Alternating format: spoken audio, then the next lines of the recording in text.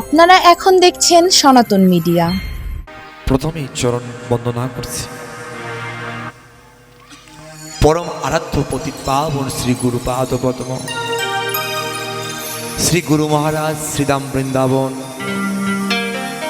রাধাকুণ্ড তট নিবাসী বৈষ্ণবাচার্য 108 পণ্ডিত শ্রীমৎ বৈষ্ণব পদদাস বাবাজি মহারাজের শ্রীপাদ পদ্মে প্রণাম নিবেদন করছি আমার পরম গুরু মহারাজ রাধাকুণ্ডের ভূতপূর্ব মহান্ত মহারাজ পণ্ডিত কুল শিরোমণি নিত্যলীলায় প্রবিষ্ট 108 পণ্ডিত শ্রীমৎ অনন্ত দাস বাবাজি মহারাজের শ্রীপাদ পদ্মে প্রণাম নিবেদন করছি যার আঙ্গিনায় যার মন্দিরে আমরা এখানে এসেছি আন্তর্জাতিক প্রবক্তা আমাদের সনাতনীদের প্রাণ পুরুষ পরম ভাগবত সমাজ সংস্কারক শ্রীমৎ গোপীনাথ দাস ব্রহ্মচারী মহারাজজির শ্রীচরণে এবং ওনার এই শিষ্য আমার অত্যন্ত প্রিয় বাসুদেব দাদা, যার কারণে এখানে আসা এবং মহারাজের কারণে ওনার চরণে প্রণাম সহ এখানে এই মন্দিরে আগত এই ফরিদপুর আপনাদের এই এলাকায় এবং এই গ্রামে আগত সমাগত সকল সাধুগুরু বৈষ্ণবের শ্রীচরণে আমার শতকোটি প্রণাম। তো আমরা সিলেট সুনামগঞ্জ থেকে এসেছি আপনাদের এখানে পাঠে আমাদের এই প্রথম আসা। আমাদের অনেক স্নেহ করেন মহারাজজি, তাই উনি কৃপা করে আমাদেরকে নিয়ে এসেছেন। সব 564 মহান্তের ভোগরাগ এবং 3 দিন ব্যাপী হরিকথার আজকে প্রথম দিবস। এই প্রথম দিবসে আমরা আজ হরিকথা আস্বাদন করব। যেহেতু সব 500 মহাপ্রভুর ভোগরাগ, আসুন আমরা গৌর কথা থেকে আমরা ভগবানের ভাগবতীয় কথা আস্বাদন করব। কেননা গৌর লীলা শ্রবণ না করলে, ওই ব্রজের লীলা আস্বাদন করলে সেই প্রেমটা সরাসরি আমরা পেতে পারি না। তাই গৌরকে যদি আশ্রয় করে আমরা বৃন্দাবনে প্রবেশ করি, তাহলেই কিন্তু আমরা ওই বৃন্দাবনে ব্রজের যে মাধুর্য লীলার যে প্রেম, তা আমরা আরো ভালোভাবে আমরা আস্বাদন করতে পারবো। জয় রাধে। এবং আজকে আপনারা ফরিদপুরবাসী ভাগ্যবান, আপনাদের এখানে যিনি বসে আছেন তিনি হচ্ছেন সেই মহাপ্রভুর পার্শ্বদ পদকর্তা বাসুঘোষ, যার ভজনতলী আমাদের সিলেটের শ্রীহট্টের মৌলভীবাজার জেলার রাজনগর মহলাল, যেখানে পদকর্তা বাসুঘোষ, ওই যে আমরা পদকর্তা বাসুঘোষের কীর্তন করি না, যদি গৌর না হইতো কেমনে ধরিতাম, সেই পদকর্তা এবং গোবিন্দ ঘোষ, যে গোবিন্দ ঘোষ হরিতকে সঞ্চয় করেছিলেন, মহাপ্রভু ত্যাগ করেছিলেন, সেই গোবিন্দ ঘোষ, বাসুঘোষ, মাধব ঘোষ, তারা 3 ভাই ছিলেন। সেই বাসুঘোষের 15তম বংশধর শ্রীমৎ পার্থসারথী ঘোষ অধিকারী, তিনি আসছেন এখানে। ওনার চরণ আমার শতকোটি প্রণাম। তো শুধু ভক্তবৃন্দ দেখুন, আমরা আজকে গৌর কথা আস্বাদন করব, তার পাশাপাশি ভাগবতীয় কথা আস্বাদন করব। বলেন অবতার সার গৌরা অবতার, কেন না বুঝিলে তারে, করি নিরেবাস গেল না প্রয়াস, আপন কর্ম ফেরে। পতিত পাবন মহাপ্রভু, যে মহাপ্রভু আমাদেরকে করুণা করেছেন, যে মহাপ্রভু করুণা করেছেন বলেই আজ আমরা এক জায়গায় আসতে পেরেছি। সত্যতে তিনি অবতীর্ণ হয়েছেন শ্রীহরি হয়ে, ত্রেতাতে তিনি রাম, তারপরে তিনি কৃষ্ণ, আর কলিতে আমার মহাপ্রভু ভগবান। তো আমাদের যেহেতু একটু আজান পড়েছে, আমরা একটু পরে পাঠ করব। জয় রাধে, জয় নিতাই। পতিত পাবন মহাপ্রভু যিনি করুণা করার জন্য এই কলিযুগে অবতীর্ণ হয়েছেন।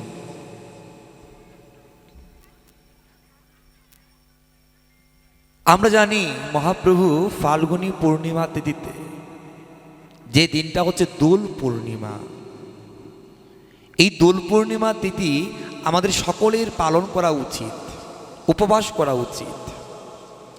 এই তিনটা ব্রত যে পালন করবে তার গৌর চরণ প্রাপ্তি হয়ে যায়, কৃষ্ণচরণ প্রাপ্তি হয়ে যায়। কোন কোন তিথি বলছেন? মাঘ মাসে সপ্তমী তিথিতে মহাবিষ্ণুর অবতার শ্রী অদ্বৈত আচার্য প্রভু, যিনি 14 বছর গঙ্গার তীরে বসে জল তুলসী দিয়ে আমার মহাপ্রভুকে এনেছিলেন, যিনি কলিহত জীবের দুঃখ দুর্দশা দূর করবার জন্য, কলিহত জীবের উদ্ধারের জন্য তিনি 12 বছর কষ্ট করে, এই 14 বছর কষ্ট করেছিলেন। এবং যার ত্যাগের জন্য, যার সাধনের জন্য আমরা কলিহত জীব, আমরা মহাপ্রভুকে পেয়েছি, তিনি হচ্ছেন মহাবিষ্ণুর অবতার। সেই মাঘী সপ্তমীতে অদ্বৈত আচার্য প্রভুর আবির্ভাব তিথি, এই তিথিতে অবশ্যই উপবাস থাকতে হয়। এবং তারপর কি বলছেন? নিত্যানন্দ ত্রয়োদশী। সেই নিত্যানন্দ ত্রয়োদশীতে আমাদের নিতাই চাঁদ, পরম দয়াল প্রেম দাতা নিতাই চাঁদের প্রভুর আবির্ভাব তিথি, এই তিথিটাও পূর্ণবেলা উপবাস করতে হয়, পরের দিন পালন আছে। তারপর কি? দোল পূর্ণিমায় পতিত পাবন মহাপ্রভুর আবির্ভাব তিথি, সেই মহাপ্রভুর আবির্ভাব তিথি পালন করতে হয়, পূর্ণবেলা উপবাস, পরের দিন আপনার পালন করতে হয়। এই তিনটা তিথি যদি কেউ কায়মনোচিত্তে পালন করে, এই তিন তিথিতে যদি বেশি করে হরিনাম জপ করে, সাধন ভজন করেন, তাহলে তার আর পুনর্জন্ম হয় না, তার গৌর চরণ প্রাপ্তি হয়ে যায়। তাই এই তিনটা তিথিকে আমরা সকলেই গুরুত্ব দিতে হবে। এবং দেখুন, এই বাংলাদেশে মহাপ্রভু এসেছেন কোন মাসে? এই বাংলাদেশে মহাপ্রভু এসেছেন চৈত্র মাসে। কোথায় এসেছেন? মহাপ্রভু সর্বপ্রথম এসেছেন বাংলাদেশের আমাদের সিলেটের সেই আমাদের ঢাকা দক্ষিণে, যেখানে মহাপ্রভুর পৈতৃক নিবাস। ঢাকা দক্ষিণে মহাপ্রভুর পিতা জগন্নাথ মিশ্র, মহাপ্রভুর মায়ের নাম হচ্ছে শচী দেবী। এই যে আমাদের সিলেট শ্রীহট্টকে বলা হয় গুপ্ত বৃন্দাবন, কেননা এই শ্রীহট্টের মধ্যে এমন এমন ধাম আছে, তীর্থ আছে, যেখানে যদি কোনো ভক্ত যায়, তার এই ধামের কৃপায় তার আর পুনর্জন্ম হয় না। কেমন করে? দেখুন, আমাদের যে পঞ্চতত্ত্ব আছে, এই পঞ্চতত্ত্বের মধ্যে 2 তত্ত্বই কিন্তু সিলেটে। বলছেন কে কে? একজন হচ্ছেন মহাবিষ্ণুর অবতার অদ্বৈত আচার্য প্রভু, তার আবির্ভাব স্থান আমাদের সুনামগঞ্জের লাউর পরগনার নবগ্রামে। আরেকজনকে এই যে শ্রীবাসের আঙ্গিনা, শ্রীবাস আচার্য প্রভু, সেই শ্রীবাস আচার্য প্রভুর আবির্ভাব স্থান হচ্ছে আমাদের বিয়ানীবাজারের পঞ্চখণ্ডের পণ্ডিত পাড়ায়। দেখুন, মহাপ্রভুর পিতা জগন্নাথ মিশ্র, ওনার আবির্ভাব স্থান হচ্ছে আমাদের সেই সিলেটের ঢাকা দক্ষিণে। মহাপ্রভুর যিনি মা মাতৃদেবী শচীমায়ের আবির্ভাব স্থান হচ্ছে আমাদের হবিগঞ্জ জেলার মিরপুরের জয়পুরে। তারপর আমরা পাঠ কীর্তনে বলি না, জয় জয় তিনপুত্র সঙ্গে নাচে সেন শিবানন্দ। সেই শিবানন্দ প্রভুর কুকুরে হরিগুণগান করেছে, সেই শিবানন্দ প্রভু তার 3 পুত্রকে নিয়ে হরিগুণগান করেছেন। তিনি হচ্ছেন 64 মহান্তের অন্যতম। তার আবির্ভাব স্থান হচ্ছে আমাদের মৌলভীবাজার জেলার আদুপাশাতে। তারপর দেখুন, আমি বললাম না, বাসু ঘোষ, গোবিন্দ ঘোষ, মাধব ঘোষ, যারা মহাপ্রভুর অন্তরঙ্গ পার্শ্বদ ছিলেন, তাদের ভজনতলী হচ্ছেন সেই মৌলভীবাজার জেলার রাজনগরে মহলালে। তারপর দেখুন, আরও আছেন আমাদের মুরারিগুপ্ত। সেই মুরারিগুপ্তের আবির্ভাব স্থান আমাদের গোয়ালা বাজারের গুপ্তপাড়ায়। চিন্তা করুন, মহাপ্রভুর পার্শ্বদের মূল পার্শ্বদ তারা আমাদের শ্রীহট্টে আবির্ভূত হয়েছেন। আপনারা তো কত ভাগ্যবান, আপনাদের পার্শ্ববর্তী এলাকা যশোর, যে যশোরে সেই রূপ সনাতনের ধাম আছে, সেই রূপ গোস্বামী সনাতন গোস্বামীর ধাম, আপনারা পূর্ণভূমিতে জন্মগ্রহণ করেছেন। তারপরে দেখুন, আপনাদের সেই পাশেই বেনাপুলে হরিদাস ঠাকুরের পাটবাড়ি, আপনারা কত ভাগ্যবান। তারপরে তালগুড়িতে শ্রীপাদ লোকনাথ গোস্বামীর আবির্ভাব স্থান, আপনারা কত ভাগ্যবান চিন্তা করুন। এবং এই ফরিদপুরে একজন মহাপুরুষ, যিনি মহাপুরুষ এবং যিনি হরিনাম প্রচার করেছেন, প্রভু জগৎবন্ধু সুন্দর, তিনি এই ফরিদপুরে অনেক লীলা করেছেন সেই ফরিদপুর শ্রী অঙ্গনে। তাই শুধু ভক্তবৃন্দ দেখুন, শ্রীহট্ট, এই শ্রীহট্টকে বলা হয় গুপ্ত বৃন্দাবনে, গুপ্ত বৃন্দাবন। আর ওই শ্রীহট্ট গিয়ে যদি মহাপ্রভুর সেই ধামগুলা, মহাপ্রভুর সেই লীলাস্থলীগুলা আপনারা দর্শন না করেন, তাহলে এই জীবনটাই বৃথা। আমরা তো নবদ্বীপ যাই, আমরা বৃন্দাবন যাই, কিন্তু সবার প্রথমে শ্রীহট্ট গিয়ে দর্শন করতে হয়, তারপর নবদ্বীপ বৃন্দাবন। তখন দেখবেন হৃদয়ের মধ্যে অটোমেটিকলি ওই গৌরাঙ্গের কৃপা হয়ে মহাপ্রভুর অশেষ কৃপা লাভ আমরা করতে পারি। আমরা দেখতে পাই কিছুদিন পরপরেই বৃন্দাবন থেকে, রাধাকুণ্ড থেকে, নবদ্বীপ থেকে, বিশ্বের বিভিন্ন জায়গা থেকে সাধুগুরু বৈষ্ণবরা মহারাজীমা জগতে জানাতো কে, এই মহাপ্রভু এসেছেন বলেই তো আমরা আজ এক জায়গায় একত্রিত হতে পেরেছি। মহাপ্রভু কি শিক্ষা দিয়েছেন? মহাপ্রভু শিক্ষা দিয়েছেন আমাদের একটাই স্বরূপ, জীবেরও স্বরূপ নিত্য দাস। আমাদের মধ্যে কোনো জাতের ভেদাভেদ নেই। কে উঁচু কুলে জন্ম নিয়েছে, কে নিচু কুলে জন্ম নিয়েছে, তা নিয়ে আমরা কখনো ভেদাভেদ করব না। আমাদের একটাই পরিচয়, আমরা হচ্ছি অমৃতস্ব পুত্র। আমাদের একটাই পরিচয়, আমরা হচ্ছি মহাপ্রভুর নিত্য দাস, গোবিন্দের নিত্য দাস। প্রত্যেকটা জীবের ভিতরেই পরমেশ্বর ভগবান পরমাত্মা রূপে আছেন। তাহলে আমরা যদি কাউকে পরক্ষণে হিংসা করি, নিন্দা করি, ভগবানকে হিংসা করা হবে, নিন্দা করা হবে। তাই সবাইকে ভালোবাসতে হবে। মহাপ্রভু বলছেন ত্রিনাদপি শুনিচ্ছেন তরুণপি সহিষ্ণনা অমানিনা মানদেন কীর্তনিয়া সদা হরি। মহাপ্রভু বলছেন একজন যার মান নেই তাকে মান দাও। বলছেন একটা পশুকেও সম্মান করো, একটা বৃক্ষকে সম্মান করো। মহাপ্রভু আমাদেরকে সেই শিক্ষা দিয়েছেন। এই যে আপনাদের এই এলাকায় যিনি আমাদের রত্ন, সারা বিশ্বের পরম পূজ্যপাদ শ্রীমৎ গোপীনাথ দাস ব্রহ্মচারী মহারাজজি, তিনি আমাদের জন্য কত কিছু করছেন। আমরা কি করতে পেরেছি ওনার জন্য? আমরা সনাতনীরা, উনি আমাদের জন্য সমস্ত কিছু ত্যাগ করেছেন। স্ত্রী পুত্র কোনো কিছুই গ্রহণ করেন নাই, সংসার ত্যাগ করে ফেলেছেন, মন্দিরে এসে রাধা গোবিন্দের সেবা করছেন, আর আপনাদের সেবা করছেন, আমাদের সেবা করছেন। নিজের জীবন সমস্ত কিছু বিসর্জন দিয়ে দিয়েছেন একমাত্র কলিহত জীবের মঙ্গলের জন্য, একমাত্র রাধা গোবিন্দের নাম প্রচারের জন্য, গৌর হরির নাম প্রচারের জন্য।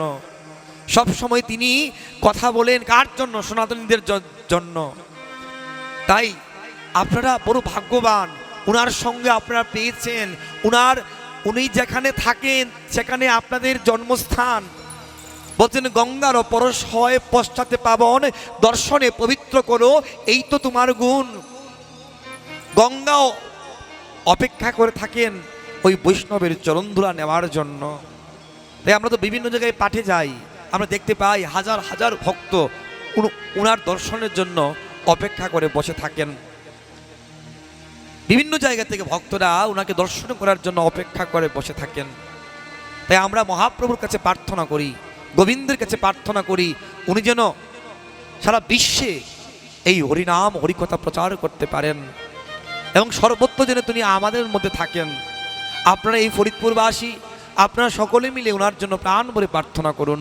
সকলে মিলে বলুন হরে কৃষ্ণ কৃষ্ণ কৃষ্ণ হরে হরে, হরে রাম রাম রাম হরে হরে, হরে কৃষ্ণ কৃষ্ণ কৃষ্ণ হরে হরে, হরে রাম রাম রাম হরে হরে। আজকে আমাদের মতো মূর্খ, আমাদের মতো অধমকে তিনি কৃপা করে এনেছেন বলে আপনাদের দর্শন আমরা পেয়েছি। আপনারা আমাদের জন্য কৃপা আশীর্বাদ করবেন যেন আমরা যত কিঞ্চিত একটু হরিকথা বলতে পারি। শুধু ভক্তবৃন্দ, প্রেম মুক্তি চণ্ডিকায় ঠাকুর মহাশয় বলেছেন, ঠাকুর মহাশয় তো আপনাদের পাশে রাজশাহী কেতুরিতে তিনি আবির্ভূত হয়েছেন। প্রেম ভক্তি চণ্ডিকায় তিনি বলেছেন, চক্ষু দান দিল যেই জন্মে জন্মে প্রভু সেই দিব্য জ্ঞান হৃদয়ে প্রকাশিত। যাহারও প্রসাদে ভাই এই ভব তরিয়া যায়, কৃষ্ণ প্রাপ্তি হয় যাহা হতে। গুরু কৃপা ছাড়া মহাপ্রভুকে পাওয়া সম্ভব নয়। তাই সদ্গুরুদেবের চরণে নিজেকে সমর্পণ করতে হয়। জানেন শুধু ভক্তবৃন্দ, শ্রীধাম বৃন্দাবনে কত কত মহাত্মারা আছেন, কত কত মহাত্মারা আছেন। তারা কি করেন? তারা সমস্ত কিছু বিসর্জন দিয়ে দিয়েছেন। সমস্ত কিছু বিসর্জন দিয়ে তারা কি করছেন? রাধা গোবিন্দের সেবা করছেন। ভক্তবৃন্দের ভক্তি জীবনে যখন আমরা প্রবেশ করি না, দেখবেন আমাদের অনেক কষ্ট আছে, দুঃখ আছে। আমরা অনেক দুঃখ পাই, কষ্ট পাই। মনে রাখবেন, যত বেশি দুঃখ পাবেন, কষ্ট পাবেন, ওই দুঃখ কষ্টকে যদি আলিঙ্গন করে নিতে পারেন, তাহলে কিন্তু গোবিন্দের কৃপা লাভ করতে পারবেন। ভাগবতে আমরা কুন্তী দেবীর শিক্ষার মধ্যে দেখতে পাই, কুন্তী দেবী ভগবানকে কি চেয়েছেন? ভগবানের কাছে চেয়েছেন, ভগবান তুমি যত পারো আমাকে তুমি দুঃখ দাও, যত পারো তুমি আমাকে কষ্ট দাও, কেননা ওই দুঃখে থাকলে প্রভু তোমাকে ডাকতে পারবো, আর সুখে থাকলে প্রভু আমি তোমাকে ভুলে যাব। এই পৃথিবীতে আমরা মায়াময় সংসারে পড়ে আছি, স্ত্রী পুত্র আত্মীয় স্বজন সকলকে নিয়ে আমরা পড়ে আছি, কিন্তু আমরা কয়জন আমরা গোবিন্দকে আমার করে নিয়েছি?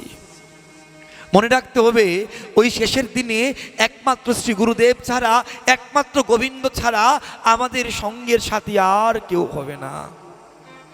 এই মিছে মায়ার সংসারের মধ্যে আমরা আপনজনের কাছ থেকে আমরা সব সময় ভালোবাসা পাইতে চাই, কিন্তু কোনো একটা সময় আসে আপনজনের কাছ থেকে আমরা আঘাত পাই।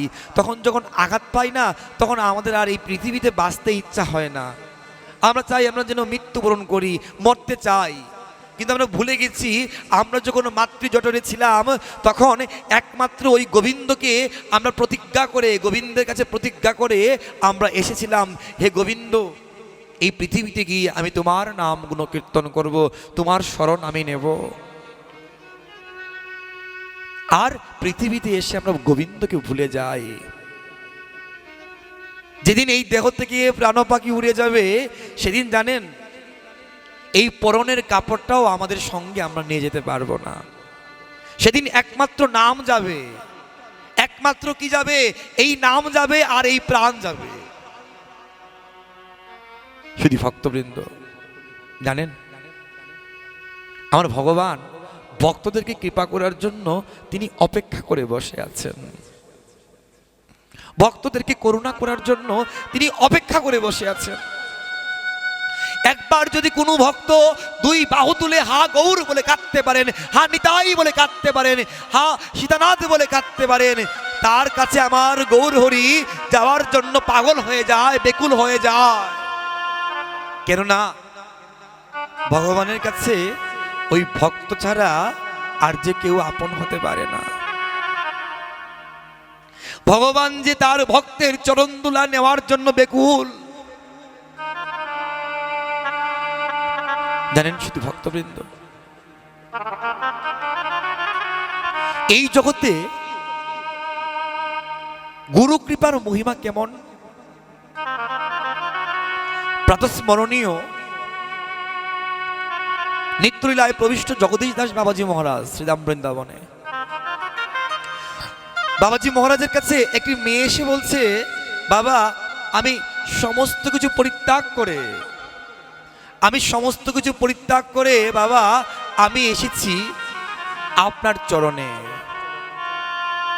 জানেন কেন?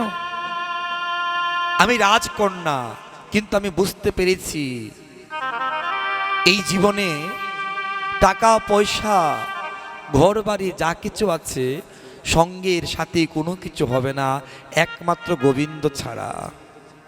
তাই গোবিন্দকে পেতে গেলে আগে গুরু দীক্ষার প্রয়োজন। তাই আপনার কাছে আমি সব কিছু ছেড়ে চলে এসেছি, আপনি কৃপাপূর্বক আমাকে দীক্ষা দেবেন। বাবাজি মহারাজ বলছে, মা তুই রাজকন্যা, রাজকন্যা হয়ে আমার কাছে চলে আসলে, বাবা মা মা চলে যা চলে যা চলে যা, সময় আসলে আসবে, এখন তুই আসবে না। তোর এত সুন্দর রূপ যৌবন যা দেখলে এই জগতের লোকটাকে ঠুকরে ঠুকরে খাবে, তুই চলে যা চলে যা চলে যা। দূর দূর করে ওই মেয়েটিকে তাড়িয়ে দিলেন। বাবাজি মহারাজের এই কথা শুনে ওই মেয়েটি কাঁদছে, কেঁদে কেঁদে বলছে, বাবা আমি নারীকুলে জন্ম নিয়েছি, ইচ্ছা করলেই বৃন্দাবন যেতে পারি না, রাধাকুণ্ড যেতে পারি না, ভক্ত সঙ্গ করতে পারি না। নারীদের তো সবকিছুতে স্বাধীনতা নেই। তাই বলছেন যে তাই বলে কোনো ভয় পাবেন না, ওই গৃহের মধ্যেই বৃন্দাবন বানান, ওই গৃহের মধ্যেই রাধা গোবিন্দকে স্মরণ করুন, লীলা স্মরণ করুন, দেখবেন গোবিন্দ আপনার সমস্ত কষ্ট দূর করে দেবে। আমরা দেখতে পাই না অনেক গৃহের মধ্যে অনেক মা, বৃদ্ধ মা বাবা কান্নাকাটি করে, কেন? একটাই দুঃখ, বাবা এত কষ্ট করে পুত্র সন্তানকে এত বড় করে তুলেছি, আজকে শেষ বয়সে না আমার পুত্র সন্তান আমার কন্যা সন্তান আমাকে ভালোবাসে না। সবাই বলে এই জঞ্জাল মরলেই বাঁচি। এমন এমন সংসার আছে, এমন সংসার আছে আমরা দেখতে পাই পিতা মাতাকে ভাগাভাগি করে দেয়। যে সংসারে যে পিতা এক ভাইয়ের কাছে, মাতা আরেক ভাইয়ের কাছে, সম্পত্তিও ভাগাভাগি হচ্ছে, দুই ভাই একজনকে বাবাকে এক সন্তান নিয়ে যাচ্ছে, মাকে আরেক সন্তান নিয়ে যাচ্ছে, এমনও সংসার আছে। কার যে শেষের দিনে কি গতি হয় আমরা কেউ বলতে পারি না। কিন্তু মহাপ্রভু বলছেন কখনো পিতা মাতাকে অশ্রদ্ধা করা যাবে না। মহাপ্রভু যখন সন্ন্যাসে যাওয়ার পর, মহাপ্রভু যখন অদ্বৈত গৃহে মায়ের সঙ্গে দেখা হয়েছিল, মাকে জড়িয়ে কাঁদছিলেন। সচিমা বলছে, বাবা আমাকে ছেড়ে তুই চলে গেলে? বলছে, অগো মা জানো না তোমার স্থান আমার এই মস্তকের উপর। মা আমি কি করব মা, আমার যে কলিহত জীবকে উদ্ধার করতেই হবে, তার জন্য মা আমি গিয়েছি সন্ন্যাসে। মা জানো আমি সকলকে বলি কি জানো, কেউ যদি আমাকে লাভ করতে চায়, আমাকে লাভ করার পূর্বে যদি আমার মায়ের নাম নেই, কেউ যদি বলে জয় সচিনন্দন গৌর হরি, কেউ যদি বলে জয় সচি মায়ের নাম নিয়ে আমার নাম নেই, তাহলে সে আমার আরো বেশি কৃপা পেয়ে সেই গোলক বৃন্দাবন ধামে প্রাপ্ত হয়ে যাবে। আমার মায়ের নাম যদি আমার নামের পূর্বে নেয়। জানেন মহাপ্রভুর মা মাতৃদেবী বলেছিল, বাবা তুই সন্ন্যাসে যদি চলেই যাবে তাহলে তুই নীলাচল থাকবে। এই মহাপ্রভু নীলাচলে থেকেছিলেন বাকি 24 বছর, মাতৃ আজ্ঞা পালন করেছিলেন। আমরা দেখতে পাই ব্রজলীলার মধ্যে ভগবান শ্রীকৃষ্ণ তিনি তার মা যশোদাকে কত ভালোবাসতেন। ভগবান সেই দামবন্ধন লীলা করেছেন, ভগবানকে কেউ বাঁধতে পারবে কি রজুর দ্বারা? কার সামর্থ্য আছে? কিন্তু মা যশোদা বাঁধতে পেরেছেন। কেমন করে? ওই ভক্তির জুড়ে। কেন? ওই ধরা তিনি ছিলেন সত্যযুগে ধরা, তিনি ব্রাহ্মণ সেবার জন্য নিজের স্তন কেটে দিয়েছিল, ভগবান রূপী ব্রাহ্মণ সেবার জন্য। তখন ওই মা বলেছিল যে বাবা আমি কিছু চাই না, আমার তো সন্তান নেই, আমার খুব ইচ্ছা আমার যদি আবার জন্ম হয় আমি যেন তোমাকে সন্তান রূপে পাই। তখন ভগবান শ্রীহরি বলেছিল ওই দাপর যুগে আমি হব কৃষ্ণ, তুমি হবে আমার মা যশোদা। তাই শুধু ভক্তবৃন্দ দেখুন, যারা পিতামাতা আছেন তাদের কাছে প্রার্থনা, আপনাদের সন্তানদেরকে আপনারা গীতা ভাগবতের শিক্ষায় শিক্ষিত করে তুলুন। মহাপ্রভুর চরণে তাদেরকে সমর্পণ করুন, সাধুগুরু বৈষ্ণবের চরণে তাদেরকে সমর্পণ করুন। আর বিশেষ করে যারা যুব সমাজ আছেন, যারা যুবক ছেলে মেয়েরা আছেন, সবার কাছে প্রার্থনা কখনো পিতামাতাকে অশ্রদ্ধা করবেন না। শুধু ভক্তবৃন্দ দেখুন, ওই মেয়েটি বলছে, বাবা আমার এত রূপ যৌবনের জন্য আমি দীক্ষা পাবো না। বাবা তাহলে কি আমার গৌর কৃপা হবে না, কৃষ্ণ কৃপা হবে না, রাধারানীর কৃপা হবে না? না মা, সময় আসলে আবার আসবে। তাড়িয়ে দিলেন। ওই মেয়েটি কাঁদতে কাঁদতে ওই বৃন্দাবনে, ওই মেয়েটি কাঁদতে কাঁদতে হা রাধে বলে কাঁদছে আর বলছে, করুণাময়ী আমার কি গুরু দীক্ষা হবে না, আমার কি গুরু কৃপা হবে না? হা রাধে বলে চিৎকার করছে, কাঁদছে, রাধে একবার আমার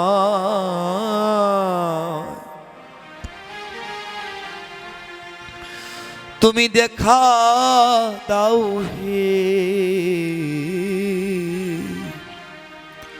ওরা দে একবার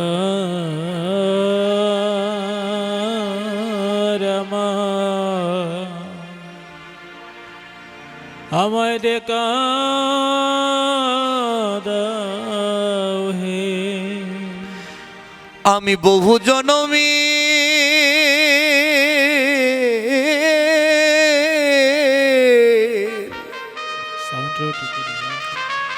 আমি বহু জনমের অপরাধী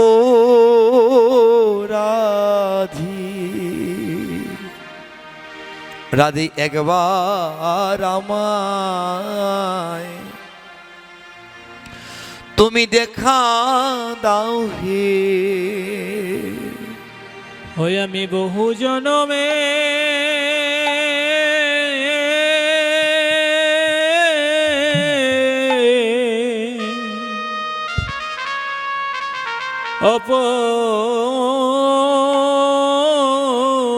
অপরাধী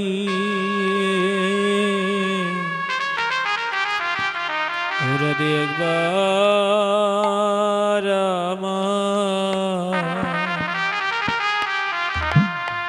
আমায় দেখা দাও হে। করুণাময়ী আমার কি দীক্ষা হবে না? রিবাব দিয়েন ভাই। জানেন কি হয়েছে তখন? সেই সময় সেই জায়গায় সেই স্থানে মনে মনে ভাবছে যে রূপ যৌবনের জন্য গুরু দীক্ষা হবে না, এই দেহ রেখে কোনো লাভ নেই। তিনি তার দেহটা নিজে নিজে আগুনের দ্বারা পুড়িয়ে ছারকার করে দিয়েছে। এমন হয়েছে কি জানেন, নিজের কাপড়টাও পরতে পারছে না, বস্তা পরে বসে আছে আর হা রাধে বলে কাঁদছে, করুণাময়ী একবার কৃপা করো, একবার দয়া করো। প্রাতঃস্মরণীয় আমাদের দীনশরণ বাবাজি মহারাজ রাধাকুণ্ডে তিনি প্রতিদিন গিরিরাজ পরিক্রমা করেন। যারা রাধাকুণ্ডে গিয়েছেন তারা বুঝতে পারবেন যে রাধারানীর কত করুণা সেই ব্রজের মহাত্মাগণের প্রতি, ব্রজবাসীর প্রতি। দীনশরণ বাবাজি প্রতিদিন গিরিরাজ পরিক্রমা করেন, করতে করতে বৃদ্ধ বয়স তো দুটি পা ভেঙে গিয়েছে। ভক্তরা বলছে, বাবা আপনার দুটি পা ভেঙে গিয়েছে, কই আপনার রাধারানী, শেষ বয়সে আপনার এত কষ্ট? দীনশরণ বাবাজি মহারাজ বলছে, জানো জানো বাবা, আমার রাধারানীর এতদিন পর দয়া হয়েছে, আমার রাধারানীর এতদিন পর করুণা হয়েছে। রাধারানী মনে মনে ভেবেছেন আমি ওই দিক যেন না ঘোরাফেরা করি, আমি যেন এক জায়গায় বসে রাধা কুণ্ডে বসে আমি হা রাধে বলে কাঁদতে পারি, হা গৌর বলে কাঁদতে পারি, হা নিতাই বলে কাঁদতে পারি, হা রাধে বলে চিৎকার করে কাঁদতে পারি। তার জন্য আমার রাধারানী আমার দুটি পা ভেঙে দিয়েছে। চিন্তা করতে পারছেন? এই তো প্রেম, এই তো ভালোবাসা, এই তো অনুরাগ, এই ভক্তি যার আছে সেই তো আমার রাধারানীকে পাবে। এই দুঃখ পেয়ে, কষ্ট পেয়েও ওই দুঃখটাকে সুখ মনে করেন। জানেন শুধু ভক্তবৃন্দ, ওই মেয়েটি আগুনে পুড়ে ছারকার করে দিয়েছেন দেহটাকে, হাঁটতে পারছেন না। 1 মাস পর ওই যে বাবাজি মহারাজ বলেছিলেন দীক্ষা দেবেন না, প্রাতঃস্মরণীয় জগদীশ দাস বাবাজি মহারাজের কাছে ওই মেয়েটি গিয়েছেন। মেয়েটি যখন গিয়েছে, গিয়ে দেখতে পাচ্ছে বাবাজি মহারাজ আছেন, গিয়ে বলছে, বাবা আমি এসেছি, আমাকে চিনতে পারছেন? বাবাজি মহারাজ ওই মেয়েটিকে দেখে অবাক হয়ে গেল, এ কি হয়েছে, তোমার আগুনে পড়ে গেছে, এই ভয়ঙ্কর অবস্থা কেন? মেয়েটি বলছে, বাবা আমি আমার দেহ নিজে নিজে পুড়িয়ে দিয়েছি। বলছে, কেন রে মা? বলছে, বাবা যে দেহের রূপ যৌবনের জন্য আমার গুরু দীক্ষা হবে না, যে রূপ যৌবনের জন্য গুরু দীক্ষা না হলে তো আমি আমার রাধারানীকেও পাবো না, আমার এই যৌবন, এই দেহের সৌন্দর্য দিয়ে কি হবে, তাই ছারকার করে দিয়েছি পুড়িয়ে। বাবা আমার দিকে কেউ এখন থাকায় না, সবাই দেখলে ভূত ভূত করে। বাবা এবার কি আপনি আমাকে দীক্ষা দেবেন? বাবাজি মহারাজের চক্ষু থেকে জল পড়ছে। বাবাজি মহারাজ বলছে, মারে অনেক ভক্ত দেখেছি, তোমার মতো ভক্ত দেখি নাই। যে গুরু কৃপা পাওয়ার জন্য নিজের অঙ্গ পুড়ে ছাড়কার করে দেয়। এমন ভক্ত আমি দেখি নাই যে রাধারানীর কৃপা পাওয়ার জন্য এত সুন্দর রূপ যৌবনকে ফেলে দিয়ে, রাজ পরিবার ছেড়ে দিয়ে, রাজ সিংহাসন ছেড়ে দিয়ে ওই রাধাকুণ্ডে থাকতে চায়। মেয়েটিকে বলছে, মা যা, এখনই স্নান করে আস, আমি এখনই দীক্ষা দেব। মেয়েটি যখন ডুব দিয়েছে, ডুব দেওয়ার সঙ্গে সঙ্গেই মেয়েটি দেখতে পাচ্ছে তার আগের যে রূপ যৌবন ছিল তা আবার পুনরায় ফিরে পেয়েছে। মেয়েটি অবাক, এ কি, আমি আমার আগুনে দেহ পুড়িয়ে দিয়েছি অথচ আবার ফিরে পেয়েছি, কেমন করে সম্ভব? গুরু কৃপার দ্বারা সবই সম্ভব। তারপর ওই মেয়েটির আবার দীক্ষা হলো, গুরু কৃপা পেয়ে গেছে। পরবর্তীতে রাধারানীর সেবায় বাকি জীবন কাটিয়ে দিয়েছে। তাই আমরা যে সংসারে আছি, আমরা ওই সংসারের মধ্যে থেকে ওই গোবিন্দের নামগুলো কীর্তন করতে হবে, গোবিন্দকে ভালোবাসতে হবে। শ্রীমদ্ ভগবত গীতায় ভগবান বলছেন, সর্বধর্মান্ন পরিত্যাজ্য মামেকম শরণং ব্রজ অহম তাম সর্ব পাপৈব্য মুখ্য স্বামী মা শুচ। হে অর্জুন, যে ব্যক্তি সমস্ত কিছু পরিত্যাগ করে আমার শরণ নেয় তাকে আমি এই জগৎ সংসার থেকে উদ্ধার করি।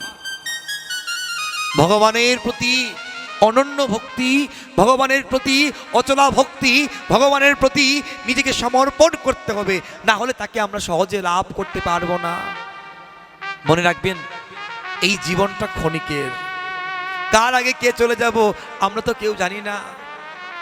ওই যাওয়ার বেলায় যেন ওই গুরু গৌরাঙ্গের নাম নিয়ে মরতে পারি, ওই যাওয়ার বেলায় যেন ওই গুরু গৌরাঙ্গকে স্মরণ করতে পারি, এই যেন চাওয়া। বাবা, আজকে আমার মতো মূর্খ পাপিষ্ট আজ যে আপনাদের দর্শন পেয়েছি, সেটা আমার কোটি জন্মের সৌভাগ্য। আপনারা অনেক ঊর্ধ্বে, আপনারা পরম বৈষ্ণবগণ, ভক্তগণ। এই যে আমাদের মহারাজজির মন্দিরে, পরম পূজ্যপাদ গোপীনাথ দাস ব্রহ্মচারী মহারাজজির মন্দিরে অনেক ত্যাগী বৈষ্ণব, ইয়াং যুব সমাজ, তারা সমস্ত কিছু পরিত্যাগ করে ওই রাধা গোবিন্দের সেবায়, গুরুদেবের সেবায় চলে এসেছে। দেখে খুব ভালো লাগলো। এবং আপনাদের এত সুন্দর পরিবেশ, তা আপনারা কত ভাগ্যবান চিন্তা করুন। মহারাজকে আপনারা সঙ্গে পাচ্ছেন, তা আপনাদের চরণে আমাদের শতকোটি প্রণাম। আপনারা আমাদের জন্য কৃপা করবেন, জনমে জনমে যেন আপনাদের সঙ্গ লাভ করতে পারি, জনমে জনমে যেন সেই পরম ভাগবত পরম পূজ্যবাদ শ্রীমৎ গোপীনাথ দাস ব্রহ্মচারী মহারাজজির সঙ্গ লাভ করতে পারি, চরণ দর্শন করতে পারি। শুধু ভক্তবৃন্দ দেখুন, পতিত পাবন মহাপ্রভু তিনি আমাদেরকে কৃপা করার জন্য অপেক্ষায় বসে থাকেন। আমরা গৌরলীলার একটু আলোচনা করে আমরা বৃন্দাবনের কথা আস্বাদন করব। তো শুধু ভক্তবৃন্দ দেখুন, এই সংসারটা কেমন, এই সংসারটা তেমন, যত সংসারকে দিতে পারবেন, সংসারের আত্মীয় স্বজন আপনজন আপনাকে আপন করে নিতে পারবে। আপনি দিতে পারবেন না, আপনাকে কেউ আর জিজ্ঞাসা করবে না। আপনি 1 মাস 2 মাস 3 মাস বিছানায় পড়ে থাকেন, আপনাকে কেউ আর খুঁজেই নেবে না। আমরা দেখতে পাই মহাভারতের দ্রৌপদী, যে দ্রৌপদীকে রাজসভার মধ্যে বস্ত্রহরণ করা হয়েছিল। আচ্ছা, ওই দ্রৌপদীর পঞ্চস্বামী 5 জন পঞ্চপাণ্ডব বিবাহ করেছেন। দ্রৌপদীর কত অহংকার ছিল, আমি পঞ্চপাণ্ডবের স্ত্রী, আমার দিকে কেউ তাকাতেও পারে না। কিন্তু অথচ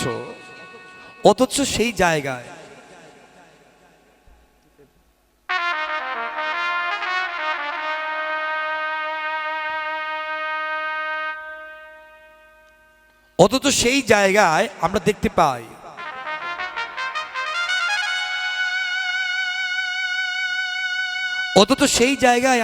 পাই দ্রৌপদী হাতে পায়ে ধরল সকলকে, কিন্তু কেউ তাকে রক্ষা করতে পারলো না, শেষ পর্যন্ত দ্রৌপদী মনে মনে ভেবেছিল যে এখন বুঝতে পেরেছে আপন একমাত্র গোবিন্দ ছাড়া কেউ নেই। তার স্বামীর পায়ে ধরলো, বড়জনের পায়ে ধরলো, গুরুজনের পায়ে ধরলো, কেউ তাকে রক্ষা করতে পারলো না। শেষ পর্যন্ত সে 2 বাহু তুলে ওই গোবিন্দকে স্মরণ করেছিল, আর গোবিন্দ তাকে উদ্ধার করেছিল। তাই শুধু ভক্তবৃন্দ দেখুন, আজকে পাঠেরও কিন্তু সময় কম, 7টার মধ্যে আমাদের পাঠ শেষ করতে হবে। হ্যাঁ, তো আমরা বেশি আলোচনা করতেও পারবো না, আমাদের দুর্ভাগ্য, না হলে আমরা অনেক কিছু আলোচনা করতে পারতাম। তো শুধু ভক্তবৃন্দ, আমি একটা কথাই বলতে চাই যে সাধুসঙ্গের মহিমা যে কি হতে পারে। বলেন সাধুসঙ্গ সাধুসঙ্গ সর্বশাস্ত্রে কয়, লবে মাত্র সাধুসঙ্গ সর্বসিদ্ধি হয়। জানেন ভক্তবৃন্দ, এই সংসার, যে সংসারটাকে আমরা যদি কৃষ্ণের সংসার বানাতে পারি, মহাপ্রভুর সংসার বানাতে পারি, তাহলে আমাদের আর দুঃখ থাকবে না। এক ব্যক্তি যার নাম বাসুদেব বিপ্র, তার জীবন কাটিয়ে দিয়েছে গোবিন্দের সেবায় লাগায় নাই, স্ত্রী পুত্র সকলকে নিয়ে জীবন কাটিয়ে দিয়েছে। শেষ বয়সে ওই বাসুদেব বিপ্রের অঙ্গের মধ্যে কুষ্ঠ হয়েছে।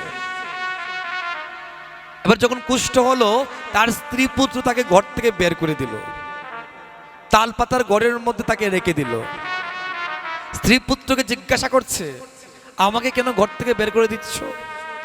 বলছে, বাবা তোমার দেহের মধ্যে কুষ্ঠ হয়েছে, ওই কুষ্ঠ রোগ তোমার যেহেতু হয়েছে বাবা, তোমার তো মৃত্যু নিশ্চিত, তোমার জন্য তো আমরা মরতে পারি না। তখন পিতা কাঁদছিল, কেঁদে কেঁদে বলছে যে আমি কার জন্য কি করেছিলাম, আজ বুঝতে পেরেছি। এতদিন যদি আমি রাধা গোবিন্দের সেবা করতাম, মহাপ্রভুর সেবা করতাম, তাহলে হয়তো বা আমার এত কষ্ট হতো না। কিন্তু আজকে বুঝতে পেরেছি এই জীবনে কেউ কারো নয়, একমাত্র গোবিন্দই আপন। জানেন, তিনি মহাপ্রভুর কৃপা লাভ করার জন্য তিনি হাঁটতে পারছেন না, ওই অসুস্থ শরীর নিয়ে হা গৌর বলে, হা নিতাই বলে কাঁদছে। একবার প্রভু তোমার যদি দর্শন পেতাম, একবার যদি তোমার চরণধুলো আমি লাভ করতে পারতাম, আমি আর কিছু চাই না। সব হারা হয়ে ওই গৌর চরণে আশ্রয় নিলেন। জানেন ভক্তবৃন্দ, তখন সেই সময় আমার প্রাণনাথ গৌর হরি, পতিত পাবন দয়ার সাগর, নদিয়ার রাজা ব্রজেন্দ্রনন্দন কৃষ্ণ, আমার মহাপ্রভু কলিতে, সেই মহাপ্রভু ওই ভক্তের কষ্ট দেখে সহ্য করতে পারলেন না। মহাপ্রভু ওই বাসুদেব বিপ্রের কাছে এসে বলছে, বাসুদেব আসো আসো, তোমার সঙ্গে আমি আলিঙ্গন করতে চাই। বলছে, প্রভু তুমি এসেছো আমার কাছে? হে প্রভু, আমি তো তোমাকে ডাকি নাই, আমি তো তোমার সেবা করি নাই, আমি নিচে মায়ার সংসারে পড়ে আমি হাবুডুবু খেয়েছি প্রভু, কিন্তু আজ আমি দুঃখ পেয়ে কষ্ট পেয়ে সংসার থেকে চলে এসেছি প্রভু, আর তুমি আমাকে এত তাড়াতাড়ি কৃপা করে ফেললে। মহাপ্রভু বলছেন, জানো বাসুদেব, তোমার মতো ভক্তকে একবার আমি জড়িয়ে ধরার জন্য আমি অপেক্ষা করে বসে থাকি। এই জীবনে যে ভক্ত ছাড়া আমার আর কেউ নেই। জানেন ভক্তবৃন্দ, বাসুদেব বিপ্র তখন বলছেন, না প্রভু তুমি আমাকে স্পর্শ করো না, আমার কুষ্ঠ হয়েছে, যে কুষ্ঠের জন্য আমার স্ত্রী পুত্র সবাই আমাকে ছেড়ে দিয়েছে, আর তুমি আমাকে আলিঙ্গন করতে চাচ্ছ। মহাপ্রভু বলছে, তোমার সঙ্গে আলিঙ্গন করে যদি তোমার মৃত্যুও হবে, তারপর আমি ভক্তের সঙ্গে আলিঙ্গন করতে চাই। মহাপ্রভু জুড়ে গিয়ে ওই বাসুদেবকে আলিঙ্গন করলেন, আর ভক্তরা দেখতে পাচ্ছে ওই বাসুদেব বিপ্রের দেহ থেকে সমস্ত কুষ্ঠ চলে গেছে মহাপ্রভুর স্পর্শে। বাসুদেব বিপ্র বলছে, প্রভু এত কৃপা, এত করুণা তোমার, কিন্তু প্রভু আমি যে তোমার জন্য কিছু করতে পারলাম না। হে প্রভু, আমি তোমার চরণে প্রার্থনা করছি প্রভু, বাকি যে কয়টা দিন আছি, এই কয়টা দিন যেন প্রভু আমি তোমার চরণ দাস হয়ে আমি যেন তোমার সেবায় থাকতে পারি। যে স্ত্রী পুত্র পরিজন যাদের জন্য এত কিছু করলাম, তারা আমাকে বের করে দিল, অথচ প্রভু তোমার চরণে আমি আজকে এত সহজে কৃপা পেয়ে গেলাম। তাই শুধু ভক্তবৃন্দ, আপনারা যারা আজকে হরিকথা শ্রবণ করেছেন,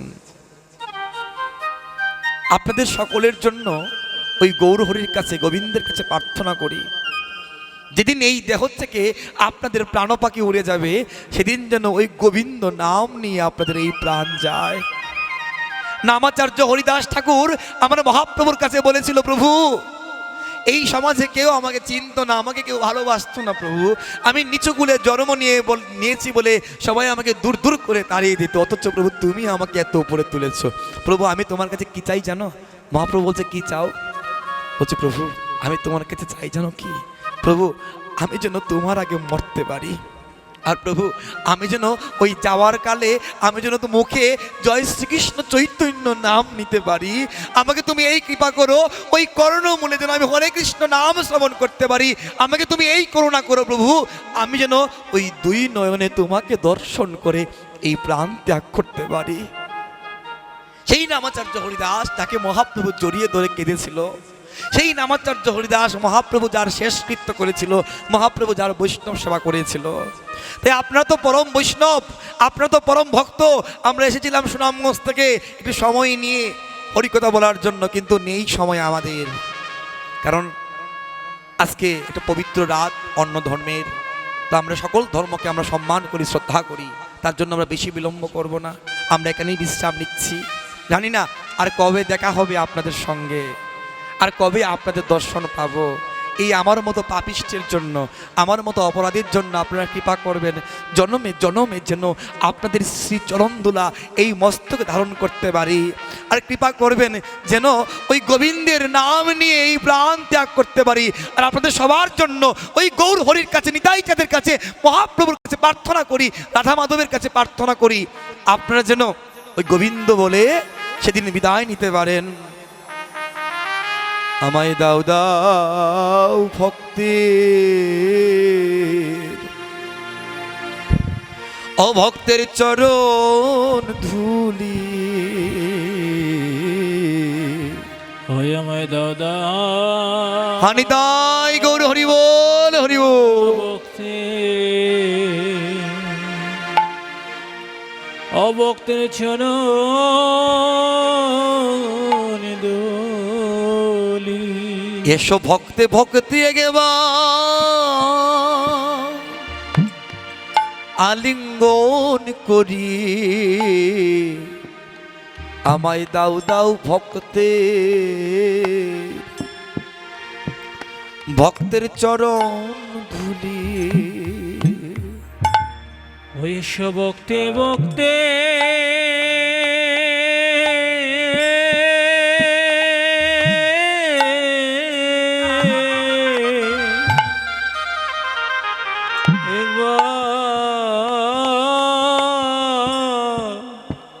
আলিঙ্গন করি,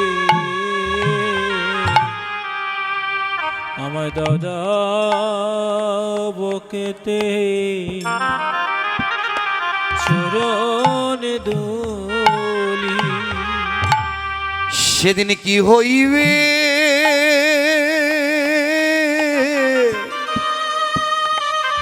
আমার গতি,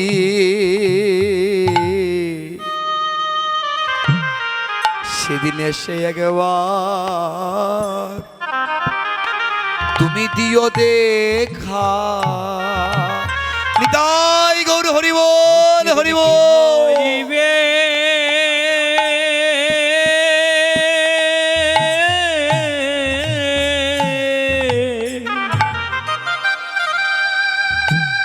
আমার গতি, তুমি সেদিন এসে দিও দেখা। আমি ওই বৃন্দাবনে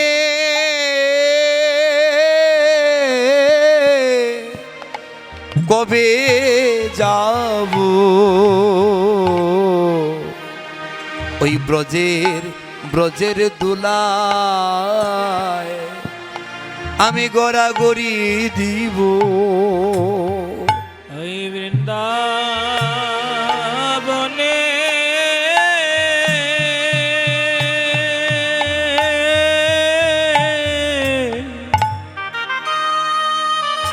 আমি কবে যাব, ব্রজের দুলা গরি দিব। রাধে তোমার চরণ বড়ই আমি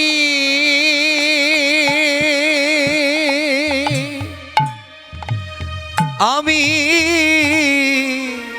ভালোবাসি তোমার ওই চরণ চরণ ছাড়া আমায় করো না গো। রাধে তোমার চরণে বড়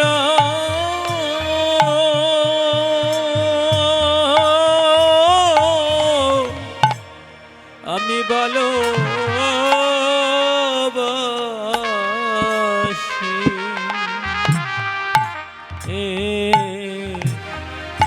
রাধে তোমার চরণে ছাড়া আমায় করো না গো। এই জগতে ওই ভগবান ওই ভক্তের চরণধরি নেওয়ার জন্য পাগল। আমরা দেখতে পাই সুদামা বিপ্রকে ভগবান তার সিংহাসন ছেড়ে দিয়ে ওই সিংহাসনে বসিয়েছেন। বসিয়ে কি করছেন? নিজ হস্ত দিয়ে তার ভক্তকে তার সখাকে নিজে তিনি চরণ ধৌত করে দিচ্ছেন। আচ্ছা, এমন দয়াল প্রভু আমরা আর কোথায় পাবো? আমরা দেখতে পাই প্রেম দাতা নিতাই চাঁদ,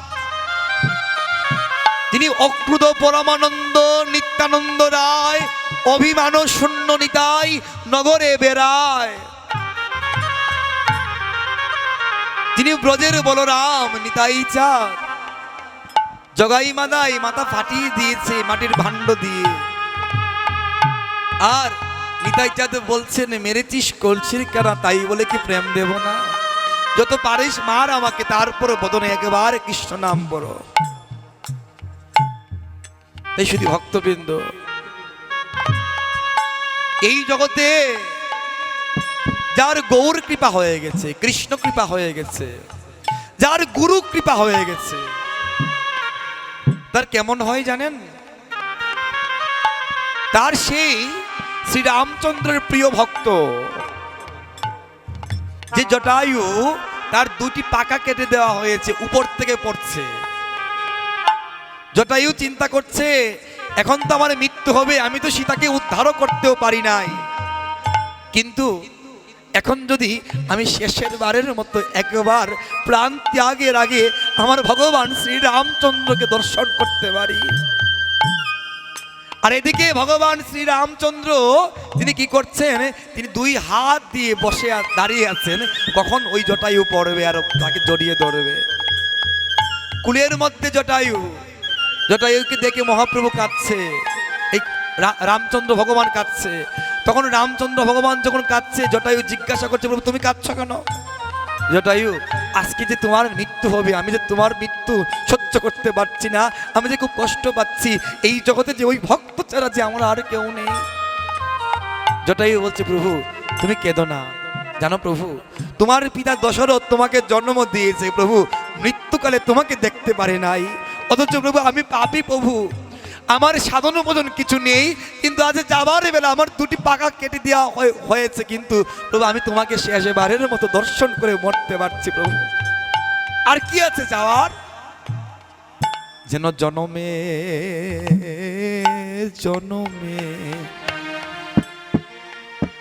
আমি তোমায় পাই গো, যেন জন্মে জন্মে আমি তোমায় পাই গো। আমি আর কিছু আমি চাই না গো,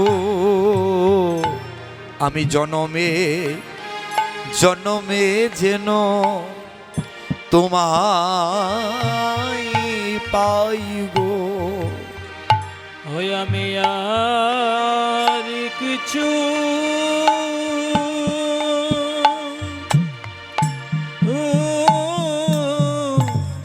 চাই না গো,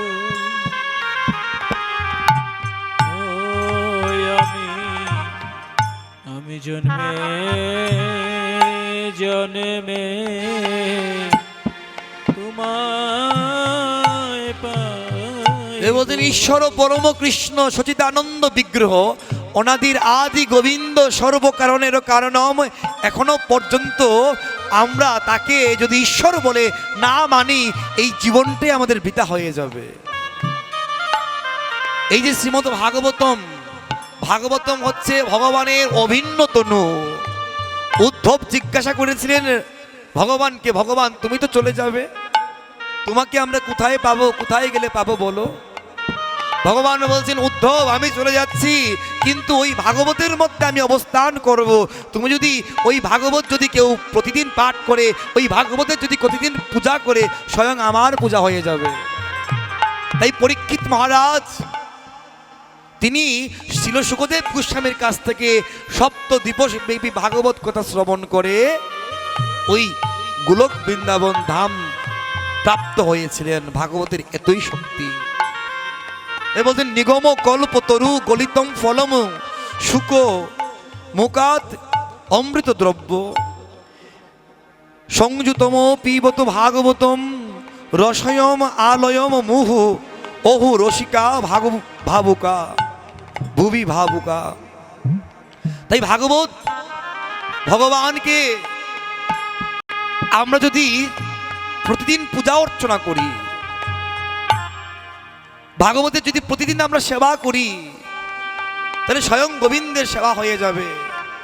তাই এই নিগম কল্পতরু শ্রীমদ ভাগবতম আমরা যেন প্রতিদিন নিত্য পাঠ করি, প্রতিদিন যেন নিত্য গীতা পাঠ করি, প্রতিদিন যেন নিত্য চৈতন্য চরিতামৃত পাঠ করি। এই তিনটা গ্রন্থ যেন আমরা প্রতিদিন পাঠ করি। তো শুধু ভক্তবৃন্দ, আমাদের সময় সমাপ্ত, প্রায় সমাপ্তের দিকে, শেষের দিকে 7টা পর্যন্ত। আসুন আমরা একটু কীর্তন করে এখানে বিশ্রাম নিব। আর আমার কথায় যদি কোনো ভুল ভ্রান্তি পান, আপনারা নিজ গুণে ক্ষমা করে দিবেন। আমরা সেই সুনামগঞ্জ থেকে এসেছি, আন্তর্জাতিক কৃষ্ণ অনুরাগী জাগ্রত যুব সংঘ থেকে। তো আপনারা আমাদেরকে আশীর্বাদ করবেন। আপনাদের নিমন্ত্রণ আগামী 2 চৈত্র মহাবারণিক গঙ্গা স্নান, লক্ষ লক্ষ ভক্ত হয় পন্তিত্ব ধামে মধুকৃষ্ণ ত্রয়োদশীতে অদ্বৈত প্রভুর আঙ্গিনায়। আপনারা সবাই যাওয়ার নিমন্ত্রণ। আশীর্বাদ করবেন জন্মে জন্মে যেন এই ফরিদপুরবাসীর, এই ভাঙ্গা চৌমূর্তি বাসীর সঙ্গ লাভ করতে পারি। এবং এই যে আজকের যে আয়োজন, সেই গোপাল গোপীনাথ সেবা সংঘ, এই গোপাল গোপীনাথ সেবা সংঘ যেন আরো অনেক দূর এগিয়ে যেতে পারে, এই প্রার্থনা করি।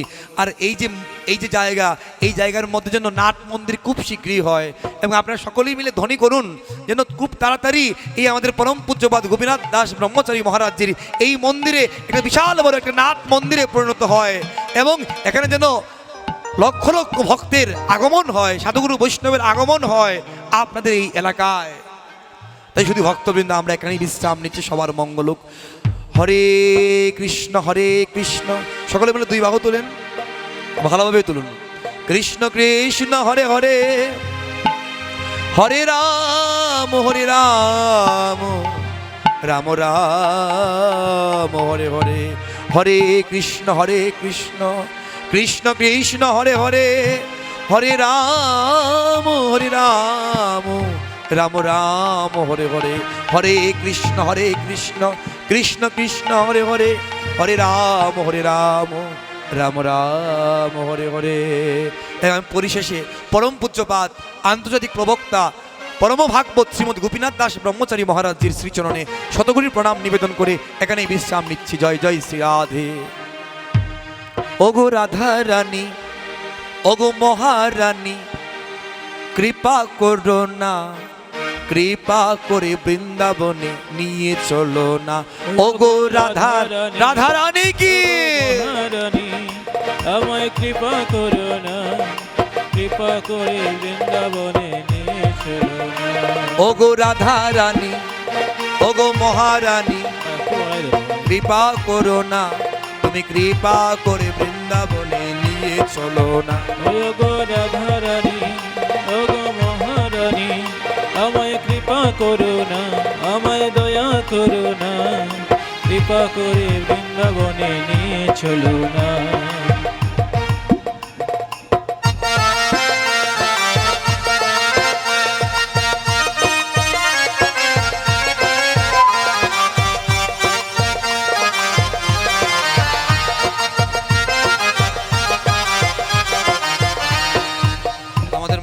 পূজ্যপাত আমার অত্যন্ত শ্রদ্ধাভাজন আমাদের সিলেটে মহারাজ্যে যখন যান শ্রীমঙ্গলে সিলেট সুনামগঞ্জে কত কত ভক্তরা হাজার হাজার ভক্তরা গত বছর তিনি আমাদের ভৈরব বাজার সরকার বাজারে তিনি গিয়েছিলেন হাজার হাজার ভক্ত ওনার অপেক্ষায় থাকেন আমরা ওনাকে পাই না মাঝে মধ্যে একটু সঙ্গ পাই তো আমরা মহারাজের কাছ থেকে আমরা দু একটা কথা শুনতে চাই জয় রাধে জয় গো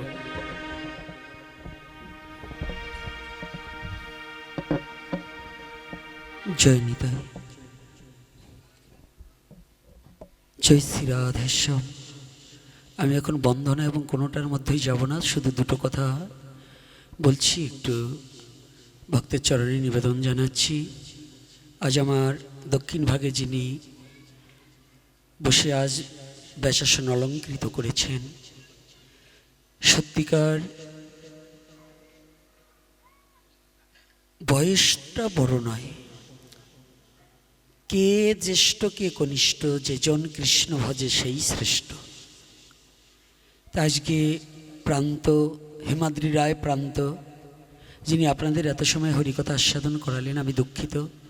দূর দূরান্ত থেকে ভক্তরা আজকে যদি দিবাভাগে না হয়ে যদি রাতের বেলায় অনুষ্ঠানটা হতো তাহলে অনেক ভক্তরা আসতে পারত।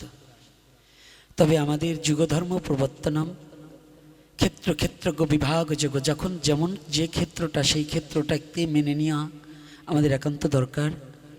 সেই অনুপাতে যেহেতু আজকে আমাদের পার্শ্ববর্তী একটা ধর্ম, তাদের আজকে সারা রাত নামাজের দিন, সেই অনুপাতে অন্য ধর্মকে সনাতন ধর্ম শ্রদ্ধা করে বিধায় অন্য ধর্মের শ্রদ্ধা জ্ঞাপন করে আজ আমরা সময়টাকে আগে নিয়ে এসেছি, কারণ রাত্রেবেলায় সময়টা আমরা পাবো না।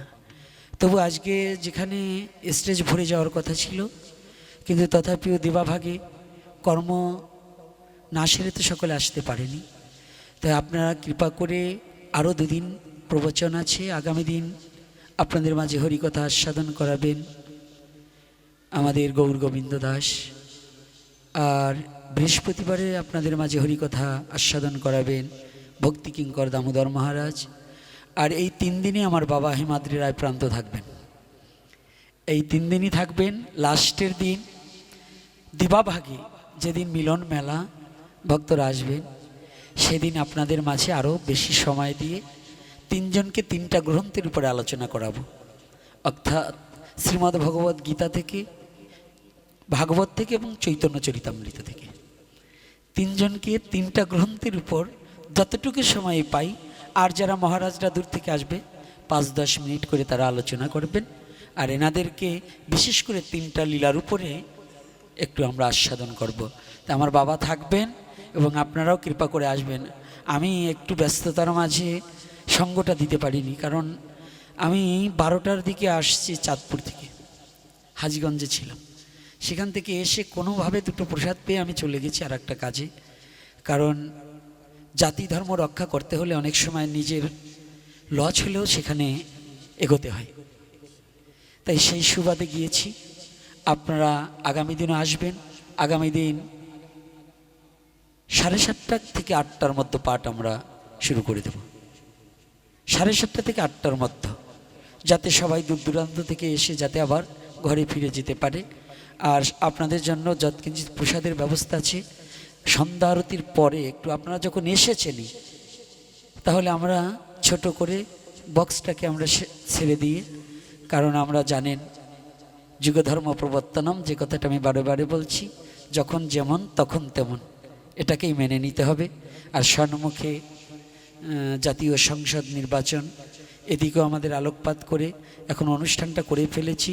আমারও তো জানা ছিল না যে অন্তর্বর্তী সরকার ঠিক আমার এই অনুষ্ঠানের মাঝেই সময়টা নির্ধারণ করবে নির্বাচনের, এটাও তো আমার জানা ছিল না। এখন যেটা কপালে আছে সেটা হয়ে যাবে। তবে সকলে আসবেন আর প্রসাদ গ্রহণ করবেন আর চরণধুলি দিয়ে এই হতভাগাকে ধন্য করবেন। আর আপনি আসবেন, আপনার পার্শ্ববর্তী যারা আছে তাদেরকে নিমন্ত্রণ করে নিয়ে আসবেন। জয় নিতাই। আর বাবা একটু ভজন করছে। আর একটা কথা, ওই গৌরলীলায় যিনি একজন সপার্শ্বদ এবং গৌর সম্বন্ধে জেনার অনেক পদপদাবলী আছে, আমি স্বপার্শ্বদ কেন বলছি? পার্শ্বদ দু প্রকারে হয়, একজন প্রত্যক্ষ আর একজন পরাক্ষ। একজন গৌরকে প্রত্যক্ষ নয়নে দর্শন করে লীলাগুলাকে লেখে, আর একজন ধ্যাননেত্রে গৌর লীলাকে লেখে। তাহলে দুজনেই কিন্তু পার্শ্বদ। পার্শ্বদ যদি না হতো তাহলে ধ্যাননেত্রে তার লীলা কখনো দর্শন করা সম্ভব নয়। তাই সেই ক্ষেত্রে আমাদের মাঝে এমন একজন বংশোদ্ভূত এসে উপনীত হয়েছে, বৈষ্ণব চূড়ামণি, যিনি বাসুদেব ঘোষে কহে মনের হরিষে। হ্যাঁ, সেই বাসুদেব ঘোষের বংশধর। দেখুন, এত উচ্চকুলে জন্মগ্রহণ করেও যার বিন্দুমাত্র অভিমান নেই, অহংকার নেই, আমি তার সঙ্গটা পেয়েছি। হ্যাঁ, বাবার নাম যে পার্থ সারথী ঘোষ, সে বাবা এমন একটা বংশে, তার বংশ, সেই বংশের গৌরব নেই, কুলের গৌরব নেই, শুধু ভগবানের চরণে নিজেকে সমর্পণ করিয়া দেশ হতে দেশান্তরে ভগবানের সঙ্গ এবং ভগবানের ভক্তের সঙ্গ পাইবার নিমিত্তে ঘুরে বেড়ায়। আর সবচেয়ে আমি আনন্দিত, কোথায় সিলেট থেকে, সুনামগঞ্জ থেকে আমার বাবারা আমাকে চরণধুলি দান করবার নিমিত্তে এসেছে। এনাদেরকে আনার মতো যোগ্যতা আমার নেই, তাই বাবা এসেছে। বাবাও দুটো কথা ছোট ছোট সুরে, আমরা ছাউনটাকে না বাড়িয়ে যত ভক্ত আছে এর মধ্য দিয়ে আমরা কিছুটা সময় আমরা একটু হরিকথা আস্বাদন করি নাকি? আমাদের ছাউনটা যেন বাইরা না যায়। রাধে রাধে বাবা, আমাদের ছাউনটা ভিতরেই থাকুক, আমাদের বাইরা দরকার নেই। আমাদের ভগবান কানে শোনে, আমরা যা বলবো তাই শুনবে না। মাইক ছাড়া ভগবান শুনবে না, তো যতটুকু আছে আমাদের ভগবান শুনবে না। তাই এখন বাবা একটু কৃপা করে এসে দুটো কথা ভক্তদের মাঝে একটু আস্বাদন করান, আমরা আস্বাদন করি। আর আমি আপনাদের চরণ প্রান্তে সবসময় থাকতে পারছি না, একটু অ্যারেঞ্জমেন্টের দিকে যেতে হবে। আর দ্বিতীয়তে আমি বাবাদের কাছে আমি একেবারে সবিনয় চিত্তে প্রার্থনা জানাচ্ছি যে আমার এই এলাকাটা অনুন্নত, আপনাদের অঞ্চলে ভজনে, অর্থে, জ্ঞান, গুণে সব দিকে সুপরিমার্জিত, আর আমার এই এলাকাটা একেবারে ভোজন কোনো দিকেই আমার নেই, এবং আমার এই এলাকায়ও সেই হিসাবে। তাই যত কষ্ট যন্ত্রণার যত অপরাধ হোক নিজ গুণে ক্ষমা করে এই দুটো দিন অন্তত ভক্তদের কাছে থেকে ভক্তদের একটু আনন্দ দান করতে হবে, এবং ওই চরণধুলি থেকে আমাকে বঞ্চিত করা যাবে না। এবং বাবা কৃপাপূর্বক একটু এসে কিছুটা একটু হরিকথা আস্বাদন করান। জয় নিতাই। আর সেবায় কিন্তু অনেক ত্রুটি হবে, আমি কিন্তু সেবা এবং পরিপাটি কিছুই জানি না, কৃপা করে গ্রহণ করে নিতে হবে। জয় নিতাই, জয় গৌর হরি বল। বাবা একটু আসুন, আমি একটু নিচে যাই, অন্য কাজে একটু ব্রতী হই, আপনারা কেউ উঠবেন না। রাধে রাধে। চরণে একে বাসুদেব গুষে কহে করি জুড়ো হাত, যেই গৌর সেই কৃষ্ণ সেই জগন্নাথ।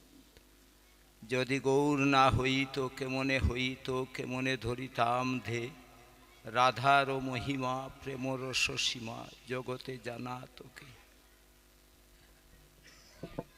আমি সর্বপ্রথমেই ফরিদপুর চুমুরধি ধন্যাতি ধন্য ভূমি, সেই পরম ভাগবত জনা আমার প্রাতঃস্মরণীয় পরম পূজ্যপাদ শ্রী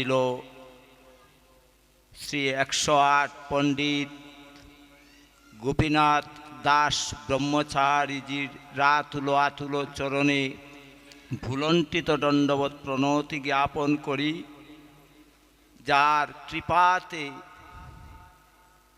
আজকে আমার মতো পাষণ্ডী জীবাধম পতিতজন আজকে ভক্ত সঙ্গের জন্য এখান পর্যন্ত নিয়ে এসেছেন। আর এসে যা দেখলাম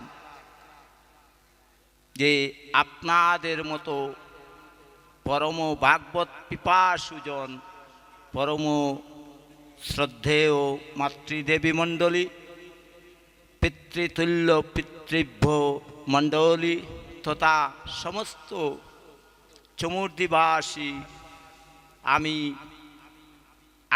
আবেগাপ্লুত হয়ে গেলাম। সেই জন্য যে বিকেল 4টার মধ্যে পাঠ শুরু হবে, এত এত ভক্ত হবে আমার আগে জানা ছিল না।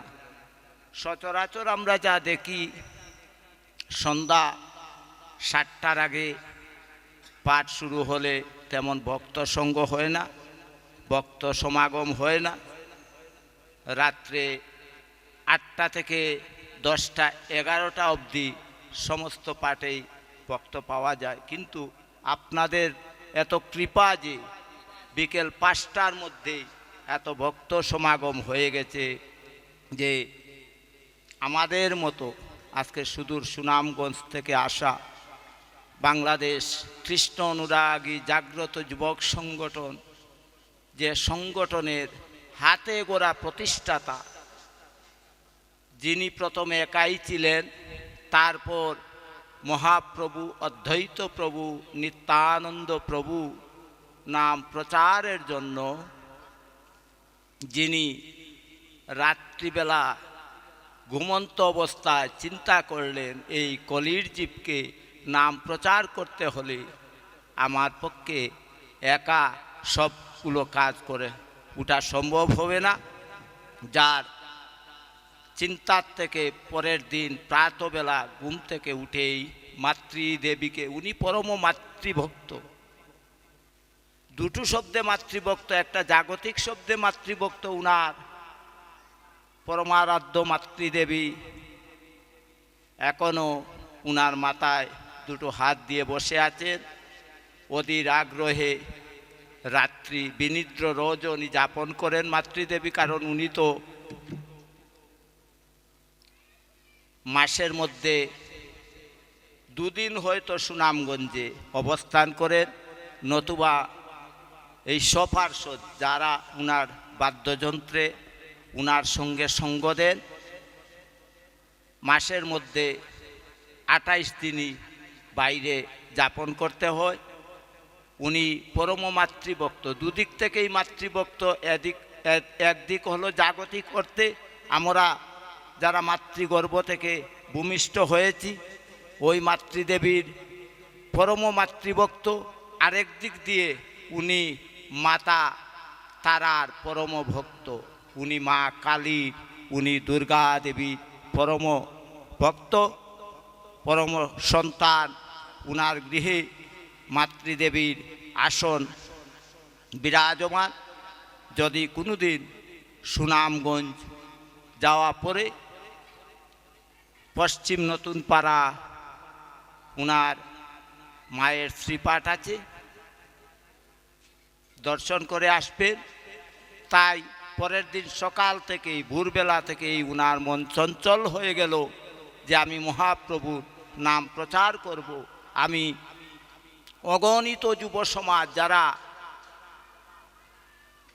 বিপদগামী হয়ে যাচ্ছে, নেশার জগতে প্রবেশ করছে, মাতা পিতাকে অসম্মান করছে, সমাজকে অবজ্ঞা করছে, দনজনের মহিমায় ওরা পরিবারের অনেক কারি কারি টাকা আছে কিন্তু পিতার টাকাটাকে ওরা নষ্ট করে ফেলছে, ওদেরকে রক্ষা করতে হবে এবং ক্রন্দনরত মাতা পিতার চোখের জল মুছাতে হবে। যেমনটি প্রতিজ্ঞা করেছিলেন আমার অদ্বৈত প্রভু, মাতৃ আজ্ঞা পালনের জন্য উনি সপ্ত গঙ্গাকে অদ্বৈত ভূমিতে নিয়ে আসলেন, যার কারণেই আজকে ওই স্থানের নাম অদ্বৈত ভূমি। তাই ধন্য সুনামগঞ্জবাসী, আজকে বাংলাদেশ কৃষ্ণ অনুরাগী জাগ্রত যুবক সংগঠনের প্রতিষ্ঠাতা আমার পরম পূজ্যপাদ, যার চরণ আমিও বন্দনা করি, হিমাদ্রি রায় প্রান্ত পতিতপাবন দয়াল শ্রী গুরুদেব প্রদত্ত চৈতন্য নামনি প্রাণ গৌরাঙ্গ দাস। আমি সেই প্রাণ গৌরাঙ্গ দাসের চরণে আবারও বুলন্টিত দণ্ডবোধ প্রণতি জ্ঞাপন করি যে উনি আপনাদের হয়ে আমার পরম পূজ্যপাদ শ্রীল 108 পণ্ডিত গোপীনাথ ব্রহ্মচারী বাবাজির হয়ে আমার কর্ণগুহরে ওই জায়গাটার নিমন্ত্রণ পৌঁছানোর জন্য, এবং আমি এসে যা দেখলাম আপনাদের মতো ভক্তের সঙ্গ যদি আমি অবহেলায় অনাদরে ভুলে যেতাম, তো আমি আসলেই গৌর কৃপা থেকে, নিতাই কৃপা থেকে, গুরু কৃপা থেকে বঞ্চিত থাকতাম। তাই আমি আবারও একটি মন্ত্র উচ্চারণ করে সবার চরণ বন্দনা করব। আমার মহাপ্রভু রঘুনাথ দাস গোস্বামীকে সর্বজীবের মঙ্গলার্থে একটি মন্ত্র দান করে গেলেন, যে মন্ত্রকানি আমরা প্রত্যেক দিন স্মরণ করব। ত্রিনাদপি শুনিচেন তরুরীব সহিষ্ণুনা অমানিনা মানদেন কীর্তনীয় সদা হরি। আমরা প্রত্যেককে সম্মান করতে হবে, মহাপ্রভুর ছায়াতলে একত্রিত হতে হবে, নিতাই চাঁদের পদতলে একত্রিত হতে হবে, তবেই গুরু কৃপা বর্ধিত হবে। আপনাদের সবার আবারও আতুল চরণ বন্দনা করে আমি বিনম্র চিত্তে স্মরণ করব। আপনারা একবার মৌলভীবাজার জেলার রাজনগর উপজেলায় মহলাল গ্রামে গৌর পার্শ্বদ ব্রজলীলায় ছিলেন সুদেবী রঙ্গবিদ্যা তুঙ্গদেবী, আর গৌরলীলায় বাসুদেব ঘোষ, গোবিন্দ ঘোষ, মাধব ঘোষ। তাদের শ্রীপাঠ দর্শন করে আসবেন, তাদের কৃপা আশীর্বাদ নিয়ে আসবেন। সেই ফাঁকে আমি অদম পাষণ্ডীর মস্তকে আপনাদের ধুলা দিয়ে আসবেন। আপনাদের সবার শ্রীচরণে আমার ভুলণ্ঠিত দণ্ডবত। জয় জয় শ্রী রাধে শ্যাম।